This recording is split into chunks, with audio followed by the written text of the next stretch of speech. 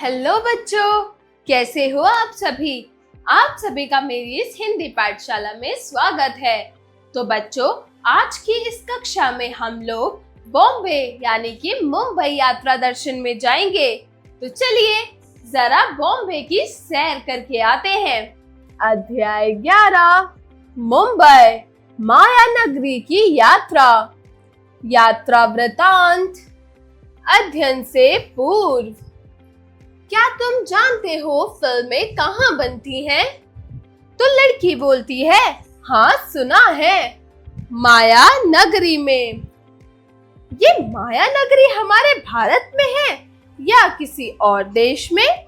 यात्रा वृतांत का मूल तत्व। मुंबई के दर्शनीय स्थलों के साथ साथ ऐतिहासिक परिदृश्य की झलक से बच्चों को अवगत कराना। तो जो बॉम्बे में यानी मुंबई में जो भी दार्शनिक स्थल है यानी देखने लायक जगह हैं और जो इतिहास के परिदृश्य हैं उनकी झलक से आप लोगों को अवगत कराना, आप लोगों को उनके बारे में बताना। तो चलिए शुरू करते हैं। आज मैं और मेरा प्रिय मित्र मुंबई की भ्रमण यात्रा पर निकले हैं। आज सुबह से ही हम दोनों उत्साहित हैं ये देखने के लिए कि मुंबई में फिल्म और फिल्मी कलाकारों के अलावा और क्या-क्या देखने योग्य है। इसलिए हम दोनों टैक्सी गाइड के माध्यम से मुंबई के दर्शनीय स्थल और इसका इतिहास जानेंगे।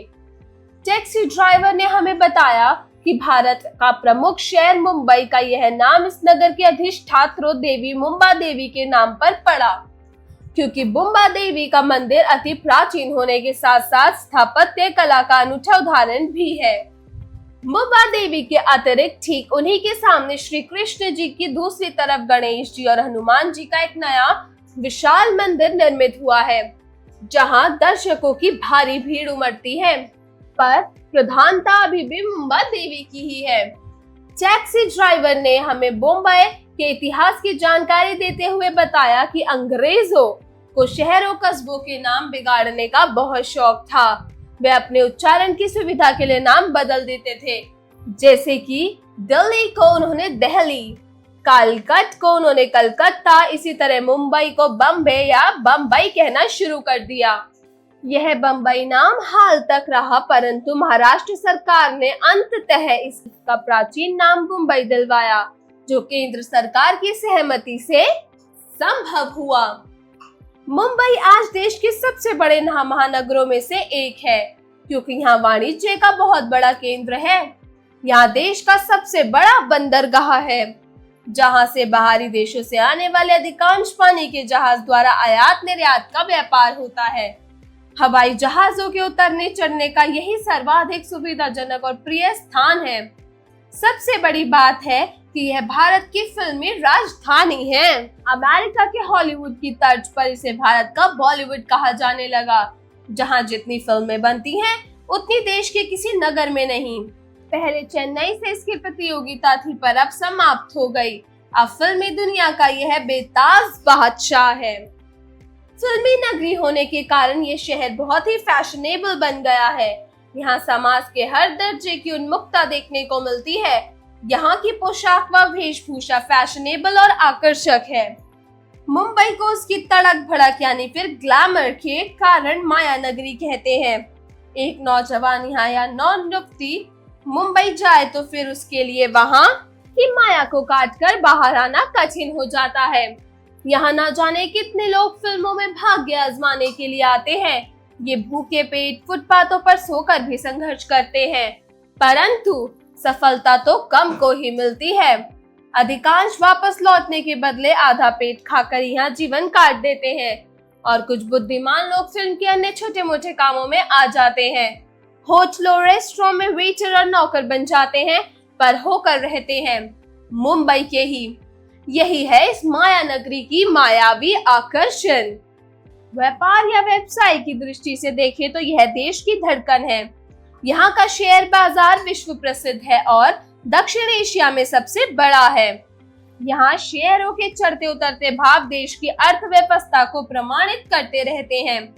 कितनों को अरबपति बना देते हैं तो कितनों को पाई पाई का मोहताज कर दिवालिया बना देते हैं। मुंबई भारत आयात निर्यात का केंद्र है। यह भारत का सर्वाधिक महत्वपूर्ण बंदरगाह है। इसके पश्चात ही चेन्नई या कोलकाता या विशाखापट्टनम आदि का स्थान आता है। मुंबई शहर एक और चीज के लिए प्रसिद्ध है। ये है उसकी कई मंजिलें, आकाश छूते गगन आकार परपेंडिकुलर भवन, जिन्हें स्काई स्कैर्प्स कहते हैं। ऐसे भवन मुंबई में जितने हैं उतने भारत के किसी और नगर में नहीं हैं। इसका एक प्रमुख कारण यह है कि मुंबई एक टापू पर बसा है। इसका क्षेत्रफल अधिक नहीं है, आबादी बढ़ती जा रही है, पर इस अनुपात में मकान नहीं बन सकते। इसी कारण मुंबई आकाश में धरती तलाशती है जो हो इन स्काईस्कॉर्पो में मुंबई के सौंदर्य में वृद्धि हुई है। उसके आसमान को आच्छादित करते ये गगनस्पर्शी महल हमारे मन को मोह लेते हैं।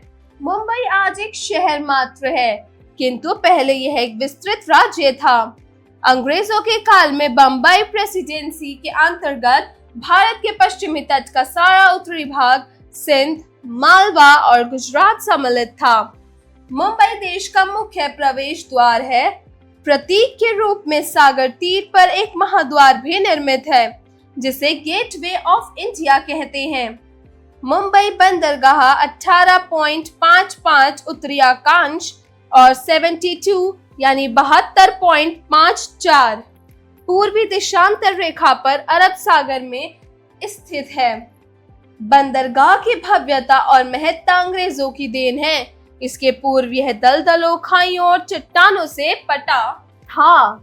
नगर का वर्तमान भूमि बंदरगाह तथा आसपास के भूभाग पर पुर्तगाली सेनापति अल्बुकर्क का अधिकार सन 1510 से ही था। इंग्लैंड के राजा चार्ल्स द्वितीय का विवाह जब सन 1661 में पुर्तगाल की राजकुमारी कैथरीन से हुआ, तो पुर्तगालियों ने दहेज के रूप में इस बंदरगाह को भी उन्हें दे दिया। इसकी खस्ता हालत देखकर चार्ल्स द्वितीय ने इसे तत्कालीन ईस्ट इंडिया कंपनी को 1668 में केवल 10 पौंड सालाना किराया पर दे दिया। इसके परिष्कृत रूप का श्रेय मुंबई प्रेसिडेंसी के तत्कालीन गवर्नर जिरालैंड अंगारिया को जाता है।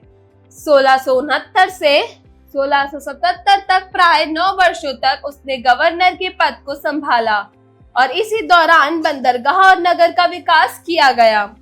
अब यह एक अत्यंत समृद्ध नगर बन गया और सूरत, जो इससे पूर्व अंग्रेजों का मुख्य व्यवसाय नगर था, वो पीछे पड़ गया। अब बम्बई नगर ही अंग्रेज व्यवसायियों का प्रमुख व्यवसाय स्थल बन गया है।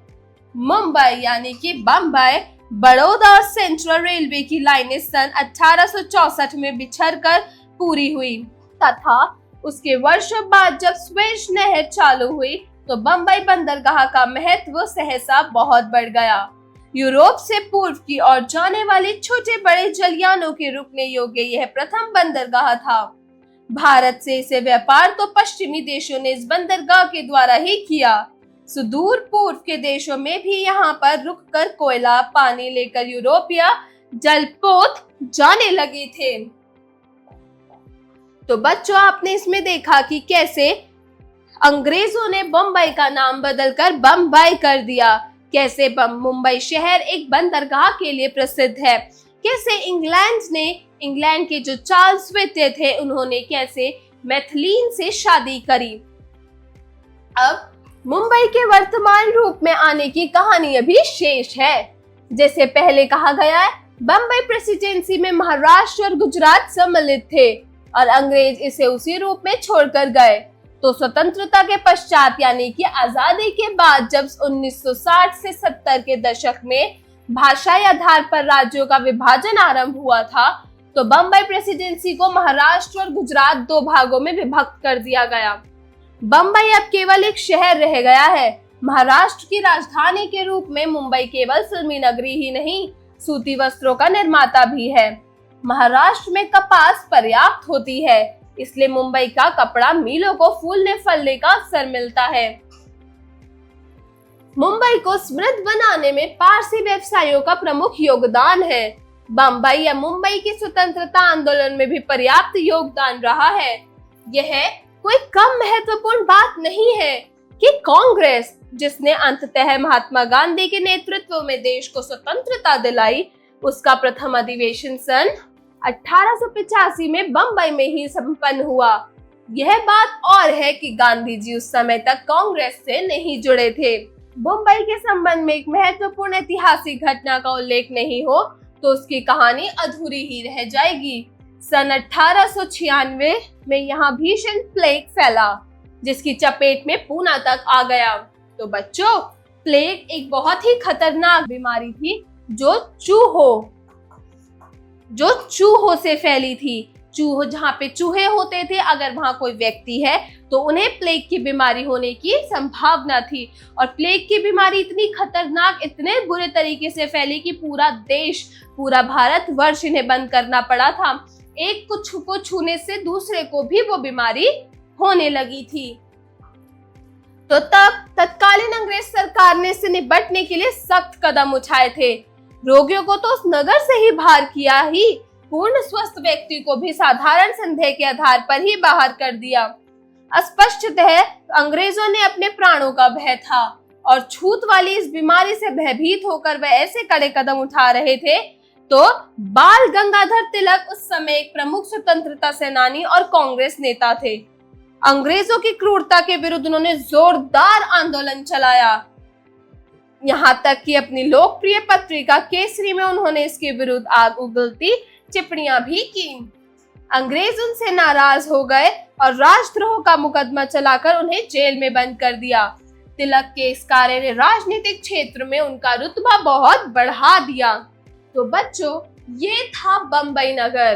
कैसे बॉम्बे को यानी मुंबई को इन्होंने बॉम्बे बना दिया, कैसे इसे माया नगरी का नाम पड़ा, कैसे लोग बॉम्बे आकर यानी मुंबई आकर कैसे इसके माया जाल में फंस जाते हैं।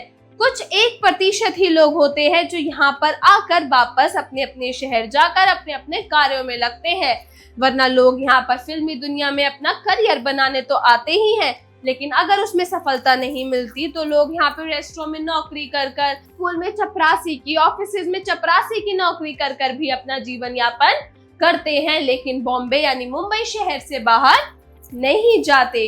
तो ये है माया नगरी का माया। तो चलिए अब हम शब्दार्थ पढ़ते हैं। शब्दार्थ: गगन स्पर्शी मतलब आकाश को छूने वाली। समृद्ध मतलब खुशहाल। अधिष्ठात्री मतलब स्थापना करने वाली। सहमति मतलब मंजूरी। सर्वाधिक मतलब सबसे ज्यादा। राजद्रोह मतलब राज्य से द्रोह करना। सम्मिलित मतलब मिले हुए। उच्चारण करें। तो बच्चों, यहाँ पर आपको कुछ शब्द दे रखे हैं, आपको इन शब्दों का सही सही उच्चारण करना सीखना है। तो चलिए मेरे साथ इन शब्दों का उच्चारण कीजिए। आच्छादित, उन्मुक्तता, परिष्कृत, तत्कालीन, ऐतिहासिक, अर्थव्यवस्था, दिवालिया। तो बच्चों, जो यात्रा वृत्तांत आप लोगों ने पढ़ा, अब हम इस यात्रा वृत्तांत का थोड़ा सा अभ्यास करेंगे, यानी कि अभ्यास कार्य शुरू करेंगे। तो चलिए मेरे साथ इसका अभ्यास कार्य शुरू कीजिए। अभ्यास कार्य, जरा बोलिए। Speaking skills. प्रश्न 1, दिए गए प्रश्नों के उत्तर बताइए। तो बच्चों, यहाँ आपको कुछ प्रश्न दिए गए हैं, आपको इन प्रश्नों के उत्तर पाठ में से ढूंढकर इनके सही सही उत्तर बोलकर बताने हैं। तो चलिए शुरू करते हैं। क, मुंबई को बम्बई नाम किसने दिया? Very good. तो बच्चों, मुंबई को बम्बई नाम अंग्रेजों ने दिया। ख, मुंबई शहर किस पर बसा हुआ है? तो मुंबई शहर बच्चों एक टापू पर बसा हुआ है। गा, मुंबई को भारत का क्या कहा जाने लगा है? Very good. मुंबई को भारत का आर्थिक राजधानी कहा जाने लगा है। घ, मुंबई किस देवी के नाम पर बसा शहर है? मुंबा देवी। Very good. मुंबा देवी के नाम पर मुंबई शहर बसा हुआ है। जरा लिखिए राइटिंग स्किल्स। प्रश्न 2, दिए गए प्रश्नों के उत्तर लिखिए। तो बच्चों, यहाँ पर आपको कुछ प्रश्न दिए गए हैं, आपको इन प्रश्नों के सही सही उत्तर बताने हैं। तो चलिए शुरू करते हैं। क, भारत का बॉलीवुड किसे और क्यों कहा जाने लगा? तो बच्चों, भारत का बॉलीवुड मुंबई शहर को कहा गया है अमेरिका के हॉलीवुड से प्रेरित होके मुंबई के बॉलीवुड, क्योंकि वहां पर फैशन ग्लैमर की दुनिया है, माया की दुनिया है, इसलिए उसे बॉलीवुड की दुनिया कहा गया है। ख, मुंबई का प्रवेश द्वार किसे और क्यों कहते हैं? Very good. Gateway of India Mumbai का प्रवेश द्वार है और ये मुंबई शहर का प्रमुख द्वार है, इसीलिए इसे मुंबई का प्रवेश द्वार कहा जाता है। ग, स्काई स्क्रेपर्स इमारतों का क्या अर्थ है? तो बच्चों, स्काई स्क्रेपर्स जो मुंबई शहर में धरती पर खोजती गगनचुंबी यानी कि आकाश को छूने वाली जो इमारतें होती हैं, उन्हें स्काई स्क्रैपर्स इमारतें कहते हैं। घ, मुंबई को माया नगरी क्यों कहा जाता है? तो बच्चों, मुंबई को माया नगरी इसलिए कहा जाता है क्योंकि जो भी व्यक्ति मुंबई जैसे शहर में आ जाता है तो वो उसकी चकाचौंध से, उसकी माया से खुश होकर, उसकी माया में खोकर वहीं बस जाता है। वो भले ही फिल्म इंडस्ट्री में यानी कि फिल्मों की दुनिया में कार्य ना कर पाए, लेकिन वहीं पर वो अपना कोई भी कार्य शुरू कर अपना जीवन यापन करता है। इसलिए मुंबई को माया नगरी कहा जाता है। अगला प्रश्न है प्रश्न 3, दिए गए वाक्यों में रिक्त स्थानों की पूर्ति कीजिए। तो बच्चों, यहाँ इस बॉक्स में आपको कुछ शब्द दे रखे हैं और नीचे आपको कुछ वाक्य दे रखे हैं।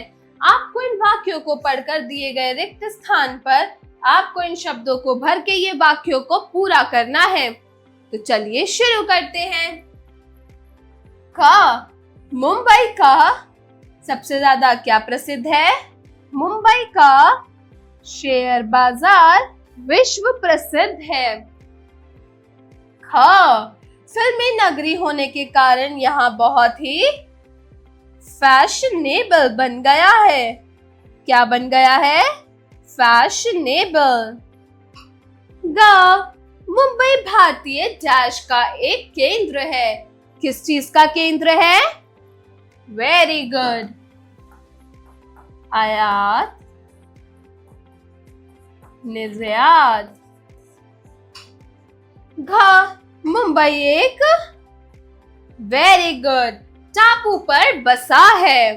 अगला प्रश्न है प्रश्न 4, उचित विकल्प पर सही का चिन्ह लगाइए।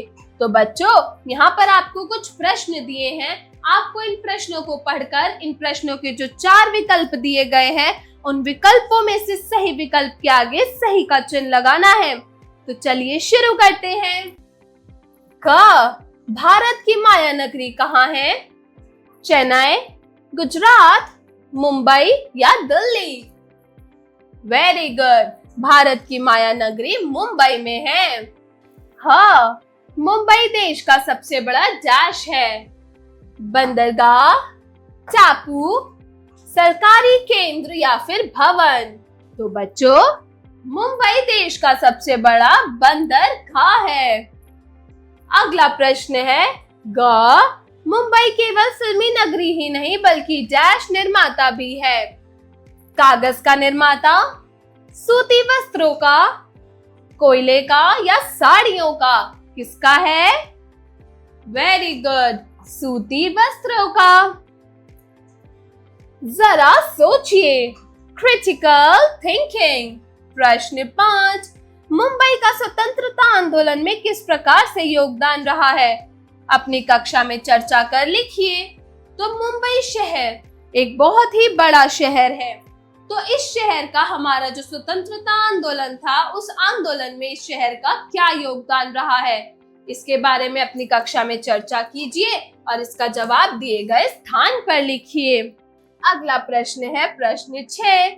मुंबई नगर की वह कौन कौन सी विशेषताएं हैं जिनके कारण वहां जाने वाला प्रत्येक व्यक्ति वहीं का ही होकर रह जाता है? अपने शब्दों में स्पष्ट कीजिए। तो जैसा कि बच्चों हमने 5 में पढ़ा कि वो एक माया नगरी है, मतलब माया की नगरी। वहां पर लोग इतने ग्लैमरस हैं, इतने फैशनेबल हैं कि वहां पर जो भी लोग जाते हैं प्रत्येक व्यक्ति यानी हर व्यक्ति वहीं का ही होकर रह जाता है, चाहे वो फिल्मों की दुनिया का है या फिर नहीं। तो आपको बताना है कि और कौन कौन सी ऐसी विशेषताएं हैं। इसका जवाब आप अपने अपने शब्दों में खुद स्पष्ट करेंगे। चलिए अब हम अगले प्रश्न की ओर बढ़ते हैं। जरा भाषा पर गौर कीजिए। Language skills. प्रश्न 7।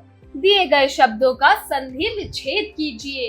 तो बच्चों यहाँ पर आपको कुछ शब्द दिए गए हैं, आपको इन शब्दों को पढ़ना है और इन शब्दों को 2 भागों में बांट कर लिखना है, यानी कि अलग अलग करना है। तो चलिए शुरू करते हैं। क महाराष्ट्र मतलब महाजमा राष्ट्र।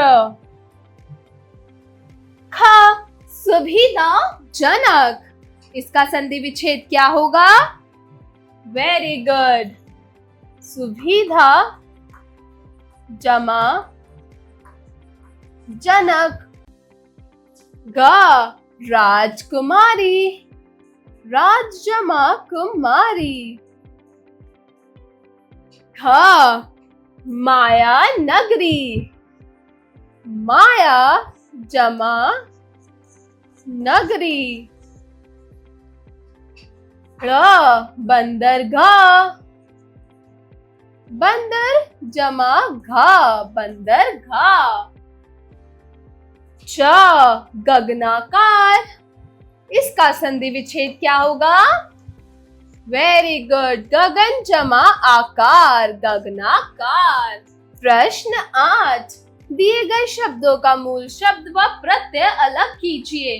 तो बच्चों यहाँ जो आपको शब्द दिए गए हैं इनका मूल शब्द अलग करके आपको इनमें से प्रत्यय छांट कर लिखने हैं। तो चलिए शुरू करते हैं। क व्यापारी, तो इसका मूल शब्द होगा व्यापार जमा ई। ख सहमति, तो इसमें मूल शब्द क्या होगा? वेरी गुड, सहमत जमा ई। ग प्रमाणित, प्रमाण जमा इत प्रमाणित। घ प्रधानता, प्रधान जमाता प्रधानता। ळ सफलता, वेरी गुड, सफल जमाता सफलता। अगला प्रश्न है प्रश्न 9। दिए गए शब्दों के विलोम शब्द लिखिए। तो बच्चों यहाँ पर आपको कुछ शब्द दे रखे हैं, इनके विलोम यानी उल्टे अर्थ वाले शब्द लिखने हैं। तो चलिए शुरू करते हैं। क गगनचुंबी मतलब धरा, भूमि। ख आयात, वेरी गुड, निर्यात। ग जीवन मृत्यु। घ सफलता, इसका होगा अ सफलता। ड़ आरंभ मतलब शुरुआत होना, इसका विलोम शब्द क्या होगा? वेरी गुड, अंत। अगला प्रश्न है प्रश्न 10। दिए गए पुल्लिंग शब्दों को स्त्रीलिंग में परिवर्तित कीजिए। तो बच्चों यहाँ पर आपको कुछ पुल्लिंग शब्द दे रखे हैं यानी पुरुष जाति के शब्द, आपको इसे स्त्रीलिंग यानी स्त्री जाति में बदलकर लिखना है। तो चलिए शुरू करते हैं। क देव देवी। ख युवक वेरी गुड। युवती। ग नौकर। इसका स्त्रीलिंग क्या होगा? नौक रानी। घ पुरुष। स्त्री। ण नेता।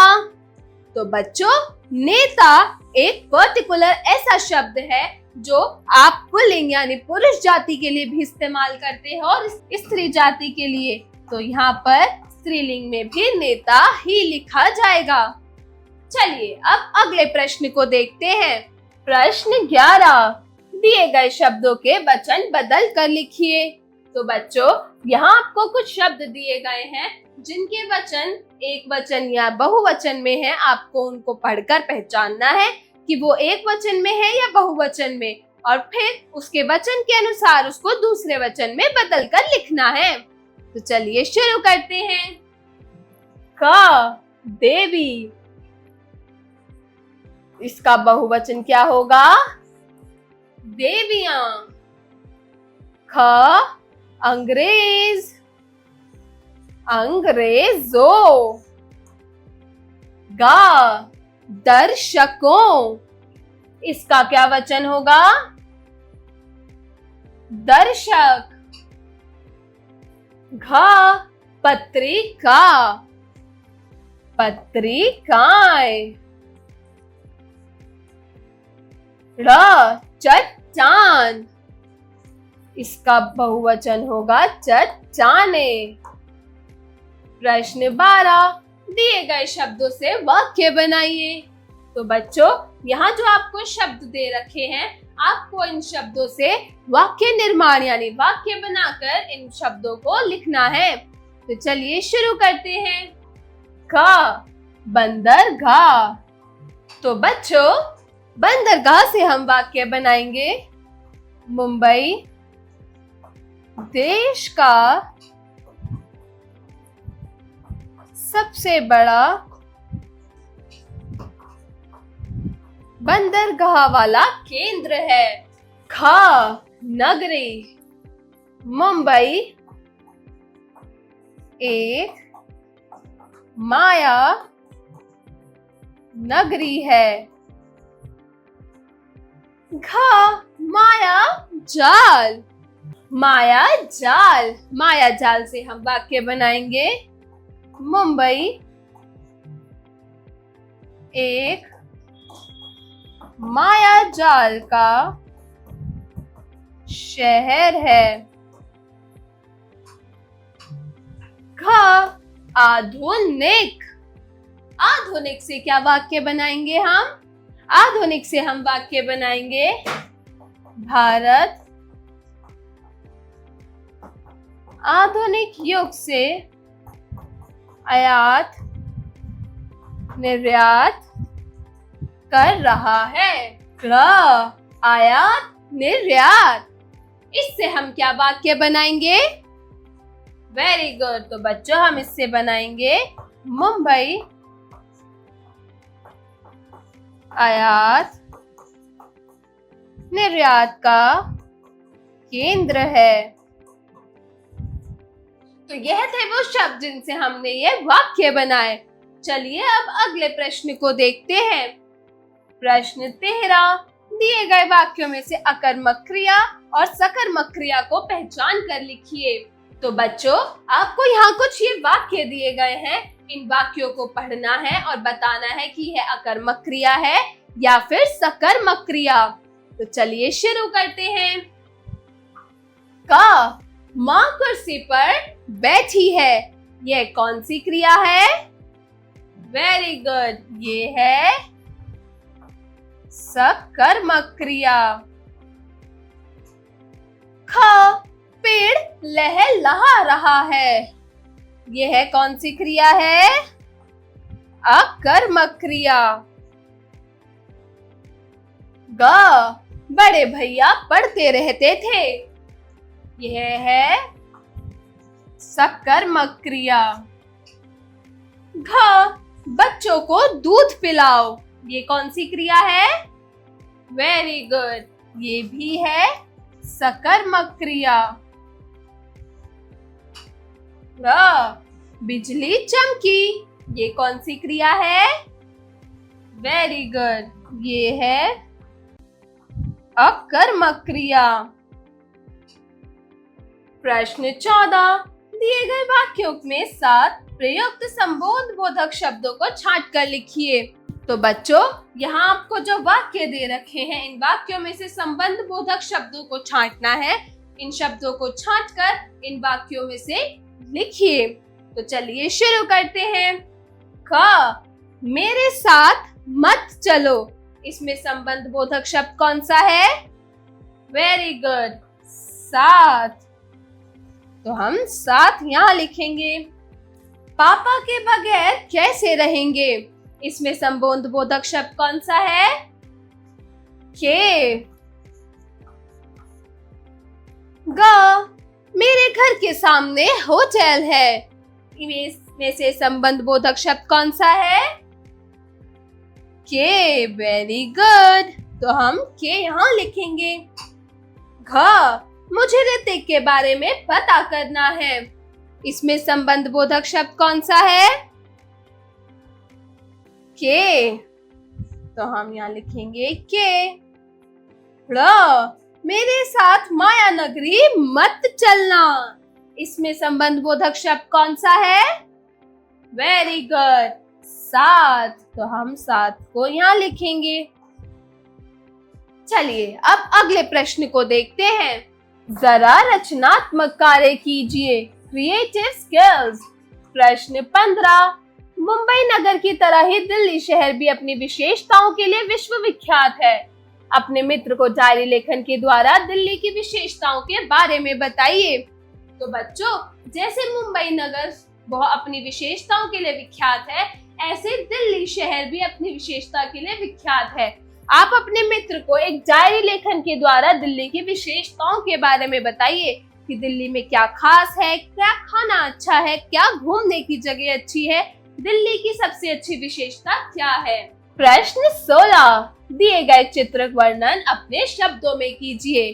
तो बच्चों, यहाँ आपको एक चित्र दे रखा है, पता है किस चीज का?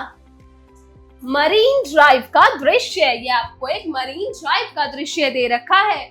आपको इस चित्र का वर्णन देखना है, चित्र को ध्यान पूर्वक देखकर समझना है और इसका आपको वर्णन अपने शब्दों में करना है कि आपको इस चित्र में क्या दिखाई दिया, क्या समझ आया।